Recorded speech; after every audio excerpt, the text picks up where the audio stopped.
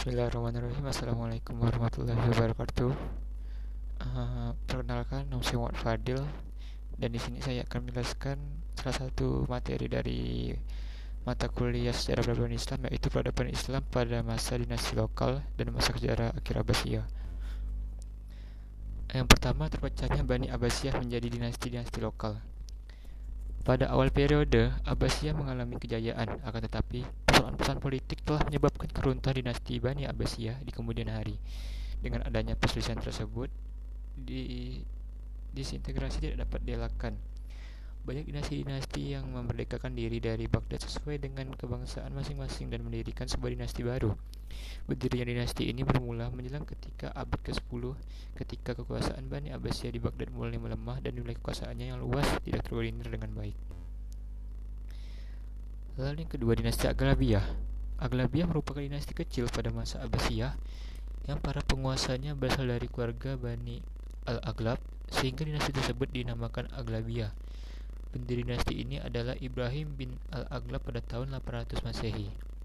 Pada tahun itu, Ibrahim diberi provinsi Ifriqiya oleh Harun ar-Rasyid sebagai imbalan atas pajak tahunan yang besarnya 40.000 dinar dan meliputi hak-hak otonom yang besar. Lalu pemerintah Aghlabiyah pertama berhasil memadamkan gejolak yang muncul dari Kharijiyah barbar di wilayah mereka. Kemudian di bawah Zaidullah I, Aghlabiyah dapat merebut pulau yang terdekat dari Tunisia, yaitu Sisilah dari tangan Bizantium pada tahun 827 Masehi. Selain untuk memperluas wilayah penaklukan terhadap Sicilia, juga bertujuan untuk berjihad melawan orang-orang kafir. Pada masa dinasti Aghlabiyah terjadi ekspedisi laut yang menjelajahi pulau-pulau di laut tengah dan pantai-pantai Eropa dan berhasil menaklukkan kota-kota pantai Italia Selatan. Pasukan Aghlabiyah juga berhasil menguasai kota Ragusa di pantai Yugoslavia pada tahun 810 Masehi, Pulau Malta, dan menyerang Pulau Corsica dan Majorca, bahkan menguasai kota Portofino di pantai barat Italia. Kota Athena Yunani pun berada dalam jangkauan penyerangan mereka. Lalu selain sebagai ibu kota dinasti Aghlabiyah, Kairouan juga sebagai pusat penting munculnya mazhab Maliki, tempat berkumpulnya ulama-ulama terkemuka. Karya-karya para ulama-ulama pada masa dinasti Aghlabiyah ini tersimpan baik di Masjid Agung Kairouan. Lalu dinasti Fatimiyah. Fatimiyah merupakan dinasti Syiah Islamiyah yang pendirinya adalah Ubaidillah al-Mahdi yang datang dari Syria ke Afrika Utara, yang menisabkan nasabnya sampai ke Fatimah, putri Rasulullah dan istri Khalifah keempat Ali bin Abi Thalib. Karena itu menamakan dinasti Fatimiyah. Namun kalangan Sunni mengatakan Ubaidiyun saat pemerintah pertama kali ialah Al-Mahdiyah sekitar Karawiyan, yang kemudian Fatimiyah mengembangkan sayapnya ke daerah sekitarnya serta menduduki Mesir, yang kemudian mendirikan kota baru yang diberi nama Kairo atas paksara Jenderal Johor Astaqoli. Lalu keberhasilan pemerintah Fatimiyah ini ditandai dengan pindahnya pusat pemerintahan ke Kairo. Hampir seluruh daerah Afrika Utara bagian barat dapat dikuasai Fatimiyah, terutama setelah menaklukkan wilayah Maghrib yang dipimpin oleh Jauhar Asy-Syakili dan melakukan dinasti terakhir di Fustaha Isidiyah. Di sana mulai membangun ibu kota baru di Mesir, yaitu Al-Qairah, serta Masjid Al-Azhar sebagai pusat pendidikan para dai, dan Khalifah Al-Mus pindah ke ibu kota baru pada tahun 1973 Masehi. Adapun faktor-faktor yang menyebabkan kemunduran dinasti Fatimiyah adalah para penguasa yang selalu tenggelam dalam kehidupan yang mewah, adanya pemaksaan ideologi Syiah kepada masyarakat yang mayoritas Sunni, terjadinya persaingan perebutan wazir, kondisi Al-Hadid yang dimanfaatkan oleh Nur ad-Din. Lalu dinasti Ayyubiyah. Ayyubiyah adalah sebuah dinasti Sunni yang berkuasa di Diyarbakir pada tahun 1429 Masehi. Dinasti ini didirikan oleh Salahuddin al-Ayyubi yang wafat pada tahun 1993 Masehi. Ia berasal dari suku Kurdi Hadzabani, putra Najmuddin Ayyub yang menjadi abdi dari putra Zangi bernama Nuruddin. Keberhasilannya dalam perang salib membuat para tentara mengakuinya sebagai pengganti dari pamannya, Shirkuh, yang telah meninggal setelah menguasai Mesir pada tahun 1169 Masehi. Lalu keberhasilan Salahuddin di Mesir mendorongnya menjadi penguasa otonom. Dalam mengkonsolidasikan kekuatannya, ia banyak memanfaatkan keluarganya untuk ekspansi ke wilayah lain. Di masa pemerintahan Salahuddin, ia membina kekuatan militer yang tangguh dan perekonomian bekerjasama dengan penguasaan Muslim di kawasan lain. Ia juga membangun tembok kota sebagai benteng pertahanan di Kairo dan bukti mustakam. Pasukannya juga diperkuat oleh pasukan barbar Turki Afrika, dan langkah-langkah yang dikuasai lakukan oleh Salahuddin diantaranya melancarkan jihad terhadap tentara-tentara salib di Palestina dan mempersatukan tentara Turki, Kurdi, dan Arab di jalan yang sama. Kemajuan dinasti Ayyubiyah pun mencapai kemajuan yang gemilang dan mempunyai beberapa peninggalan bersejarah. Kemajuan-kemajuan itu mencakup berbagai bidang, diantaranya bidang arsitektur pendidikan, bidang filsafat dan keilmuan, bidang industri, dan bidang perdagangan. Namun pada tahun 1250 Masehi, keluarga Ayyubiyah diruntuhkan oleh sebuah pemberontakan oleh salah satu resimen budak yang membunuh penguasa terakhir Ayyubiyah dan mengangkat salah seorang pejabat Aibeng menjadi sultan baru. Keruntuhan ini terjadi di dua tempat, yaitu di wilayah barat Ayyubiyah berakhir oleh serangan Mamluk, sedangkan di Syria dihancurkan oleh pasukan Mongol. Dengan demikian, berakhirlah riwayat Ayyubiyah oleh dinasti Mamluk, dinasti yang mampu mempertahankan pusat kekuasaan dari serangan bangsa Mongol. Lalu Turki Utsmani, kontribusinya bagi peradaban Islam. Nama kerajaan Utsmani itu diambil dari dan dibangsakan kepada nenek moyang mereka yang pertama, Sultan Utsman bin Sauji bin Artogol bin Sulaiman bin Kimya Alp, kepala kabilah Akab di Asia Tengah. Awal mula berdirinya dinasti ini banyak tertulis dalam legenda dan sejarah sebelum tahun 1300. Dinasti ini berasal dari suku Uighur yang mendiami daerah Mongol dan daerah utara negeri Cina kurang lebih dari 3 abad. Kemudian mereka pindah ke Turkistan, Persia, dan Irak. Mereka masuk Islam pada abad ke-9 atau 10 ketika menetap di Asia Tengah. Pada tahun 1300 Masehi, bangsa Mongol kembali menyerang kerajaan Seljuk, dan dalam pertempuran tersebut Sultan Alauddin terbunuh.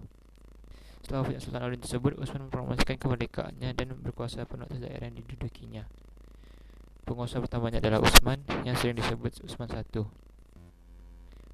Lalu setelah Utsman mengumumkan dirinya sebagai Padisya al-Utsman atau Raja Besar Keluarga Utsman, setapak demi setapak wilayah kerajaan dapat diperluasnya. Ia menyerang daerah perbatasan Bizantium dan menaklukkan kota Boesa pada tahun 1317 Masehi. Kemudian pada tahun 1326 Masehi dijadikan sebagai ibu kota kerajaan. Setelah memantapkan keamanan dalam negeri, ia melakukan perluasan daerah ke benua Eropa. Ia dapat melakukan Adrianopel yang kemudian dijadikan ibu kota kerajaan baru. Turki Utsmani mengalami kemajuan pada masa Sultan Muhammad II atau Muhammad Al-Fatah. Beliau mengalahkan Bizantium dan melakukan Konstantinopel pada tahun 1453 Masehi, yang merupakan kekuatan terakhir Imperium Romawi Timur.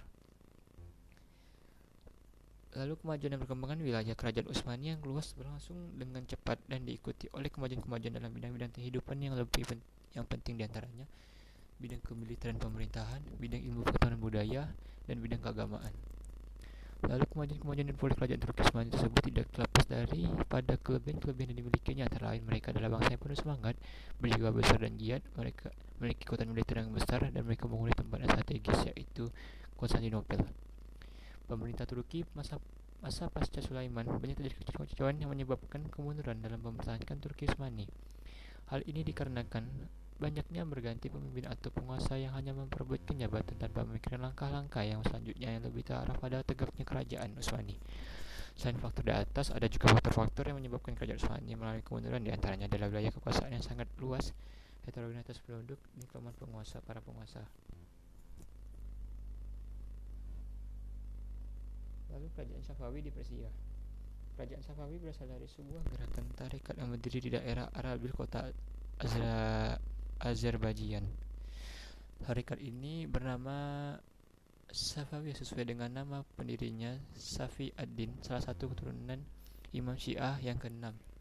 Pada awalnya tarekat ini bertujuan memerangi kota-kota yang ingkar dan pada akhirnya memerangi orang-orang yang ahli bidah.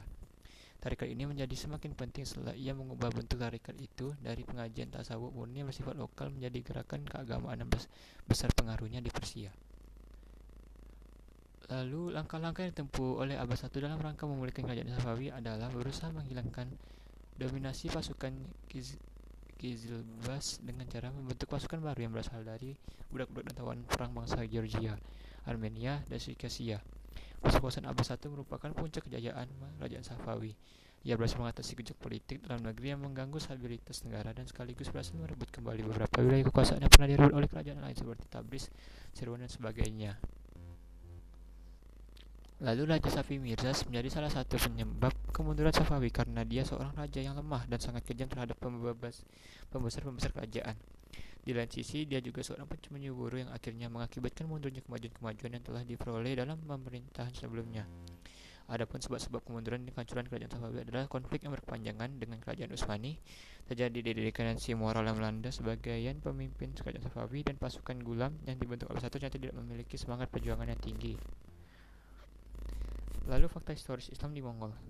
Jatuhnya kota Baghdad pada tahun 1258 Masehi ke tangan bangsa Mongol bukan saja mengakhiri Khilafah Abbasiyah, tapi juga merupakan awal dari masa kemunduran politik dan peradaban Islam.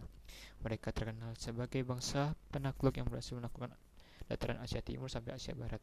Terlepas dari kemampuan militernya yang hebat, Mongol tidak dapat menonjol secara kebudayaan. Walaupun para pemimpin Mongol mengundang para ahli ke pusat pemerintahannya untuk membangun negeri itu, tetapi bangsa Mongol sendiri tidak dapat tampil sebagai ilmuwan, sastrawan, atau arsitek. Lalu peradaban Islam Mughal di India. Mughal merupakan kerajaan Islam di anak benua India dengan Delhi sebagai ibu kotanya, berdiri antara tahun 1526 hingga 1858 Masehi. Dinasti Mughal di India didirikan oleh seorang penjara dari Asia Tengah bernama Zainuddin Muhammad Babur, salah satu cucu dari Timur Leng dari etnis Mongol. Keturunan Genghis Khan yang telah masuk dalam Islam dan pernah berkuasa di Asia Tengah pada abad ke-15. Lalu masa kejayaan Mughal dimulai pada masa pemerintah Akbar dan 3 raja penggantinya, yaitu Jahangir, Shah Jahan, dan Aurangzeb. Setelah itu kemajuan kerajaan Mughal tidak dapat dipertahankan oleh raja berikutnya. Keberhasilan yang dicapai Akbar dapat dipertahankan oleh penerusnya yang bernama Jahangir, Shah Jahan, dan Aurangzeb, yang mana mereka memang terhitung raja-raja yang besar dan kuat. Segala macam pemberontakan dapat dipadamkan sehingga rakyat merasa aman dan damai. Bersamaan dengan majunya bidang ekonomi, seni, dan budaya berkembang, karya seni terbesar yang dicapai kerajaan Mughal adalah karya sastra gubahan penyair istana berbahasa Persia dan India. Lalu pada masa abad ke-18, kerajaan ini memasuki masa-masa kemunduran. Kekuasaan politiknya mulai merongsot, suksesi kepemimpinan di pusat menjadi ajang perebutan gerakan separatis Hindu di India Tengah, Sikh di belahan utara, dan Islam di bagian timur semakin lama semakin mengancam. Nah, baik, itulah penjelasan yang dapat saya sampaikan mengenai materi ini. Maaf apabila ada kesalahan kata atau penjelasan yang kurang jelas, mohon maaf. Sekian dan terima kasih. Wassalamualaikum warahmatullahi wabarakatuh.